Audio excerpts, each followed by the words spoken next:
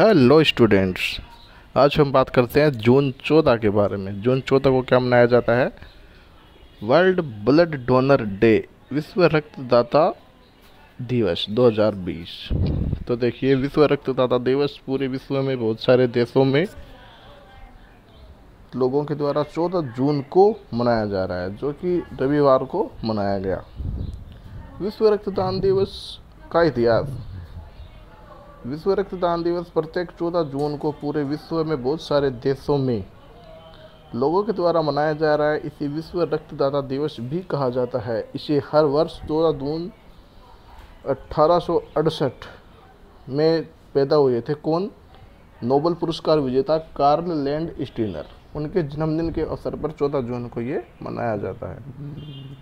अब स्वस्थ व्यक्ति अपनी स्वेच्छा से बिना पैसे के यदि रक्तदान करता है तो इसकी जागरूकता हमको बढ़ानी चाहिए।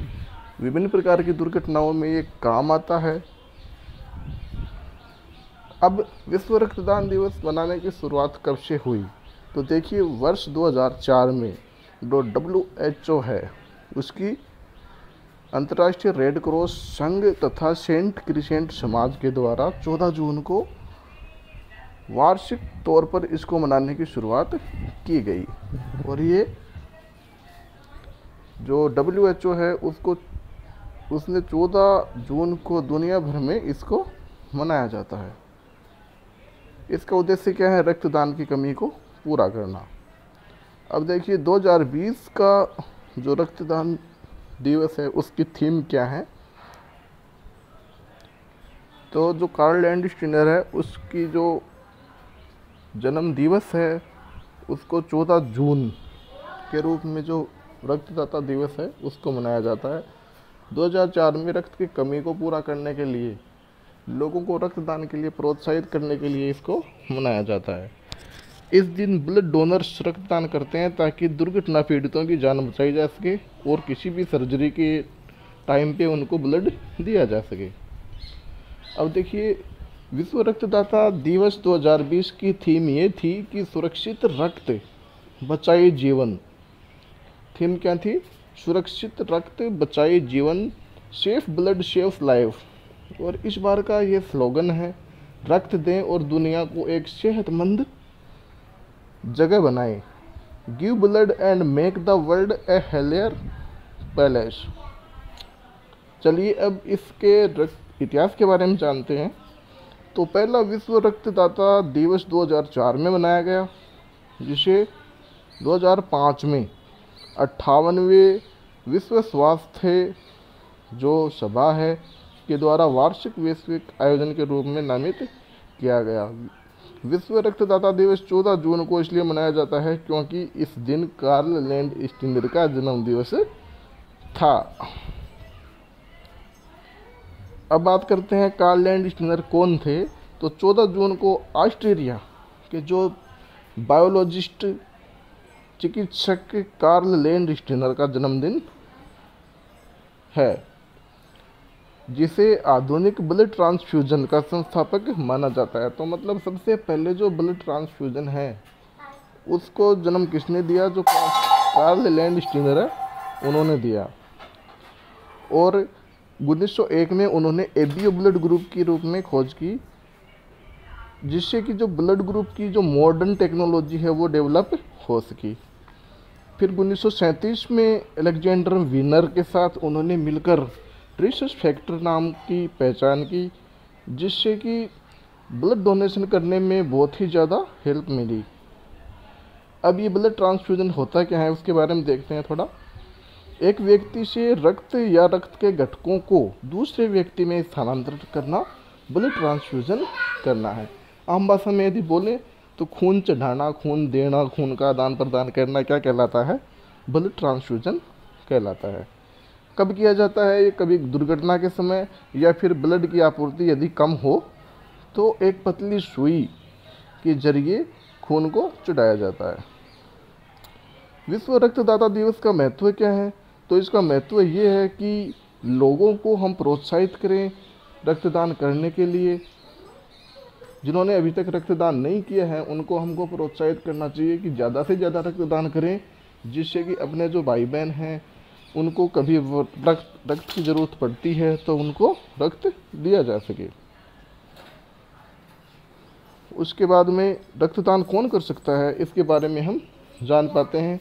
कईयों के मन में ये विचार रहता है कि रक्तदान करने से कमज़ोरी आ जाएगी, कुछ कमी हो जाएगी शरीर में, तो उसका भ्रम भी हम यहाँ दूर कर देते हैं। तो देखिए, वज़न कम से कम 50 किलो होना चाहिए, और कुछ देशों में तो ये जो लिमिट है ये 45 किलो के समथिंग है।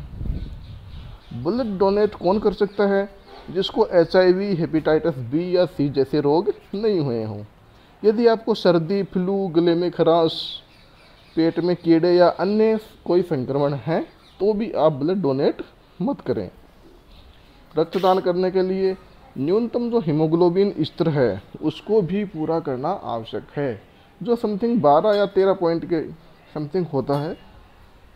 उसके बारे में ज़्यादा जो चिकित्सक है वो आपको सलाह दे देंगे जब भी आप ब्लड डोनेट करने जाओ तब। तो अब ब्लड डोनेट करने के फ़ायदे देखते हैं। तो मेंटल हेल्थ एजुकेशन, जो मेंटल हेल्थ फाउंडेशन की रिपोर्ट के अनुसार जो रक्तदान करते हैं तो उनसे क्या फ़ायदे होते हैं। सबसे पहले तो रक्तदान करने से तनाव से मुक्ति मिलती है, जो हाइपरटेंशन है उससे मुक्ति मिलती है, और जो नकारात्मक भावनाएं हैं उनसे छुटकारा हमको मिलता है। कैलोरी घटती है जिससे लीवर की जो तबीयत है उसमें सुधार होता है। उसके बाद में वर्ष 2004 से अब तक के जितने भी विश्व रक्तदान दिवस हुए हैं उनकी हम थीम के बारे में ये चर्चा करते हैं। सबसे पहले विश्व रक्तदाता दिवस 2020 का नारा। तो इस वर्ष विश्व रक्तदान दिवस के बारे में ये नारा दिया गया कि रक्त दें और दुनिया को एक सेहतमंद जगह बनाएं। 2019 के लिए देख लेते हैं, सभी के लिए सुरक्षित रक्त। 2018 के लिए रक्त हम सभी को जोड़ता है। 2015 के लिए मेरा जीवन बचाने के लिए धन्यवाद। 2014 के लिए माताओं को बचाने के लिए रक्त बचाएं। 2013 के लिए जीवन का उपहार दें, रक्तदान करें। 2012 के लिए हर खून देने वाला इंसान हीरो होता है। 2011 के लिए अधिक रक्त अधिक जीवन। 2010 में विश्व के लिए नया रक्त। और 2009 रक्त और रक्त के भागों का 100% गैर वैतनिक दान को प्राप्त करना। 2018 में क्या था? नियमित रक्त दें। 2008 में था नियमित रक्त दें। 2007 में सुरक्षित मातृत्व के लिए सुरक्षित रक्त। 2006 में सुरक्षित रक्त के लिए विश्वव्यापी पहुंच को सुनिश्चित बनाए रखने के लिए प्रतिबद्धता। 2005 के लिए रक्त के आपके उपहार को मनाएं।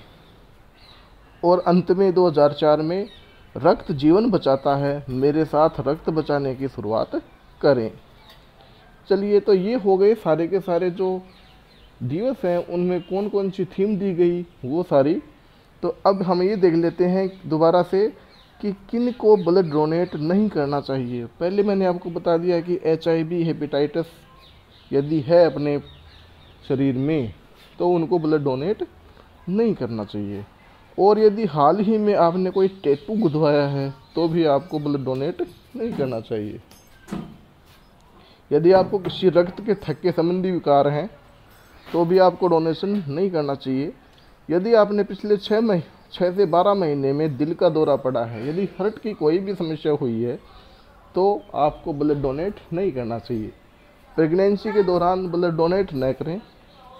यदि आप अंतःशिरा दवाओं का दुरुपयोग करते हो तो भी आप ब्लड डोनेट न करें। जैसे कोई नशीले पदार्थ है उनका सेवन करते हो, इंजेक्शन के द्वारा नशा करते हैं, तो उनको भी ब्लड डोनेशन नहीं करना चाहिए। यदि आपको हाल ही में मलेरिया हुआ है तो भी आप ब्लड का डोनेशन न करें। यदि आपने पिछले वर्ष के दौरान खून या प्लाज्मा या अन्य कोई रक्त के घटकों को दूसरे से प्राप्त किया है या फिर आपने खुद ब्लड लिया है तो भी आप ब्लड दान न करें। यदि आपने पिछले वर्ष कार्डियक सर्जरी करवाई है तो भी आप रक्तदान न करें। यदि आप हृदय रोग की दवाओं का सेवन कर रहे हो तो भी मत करो।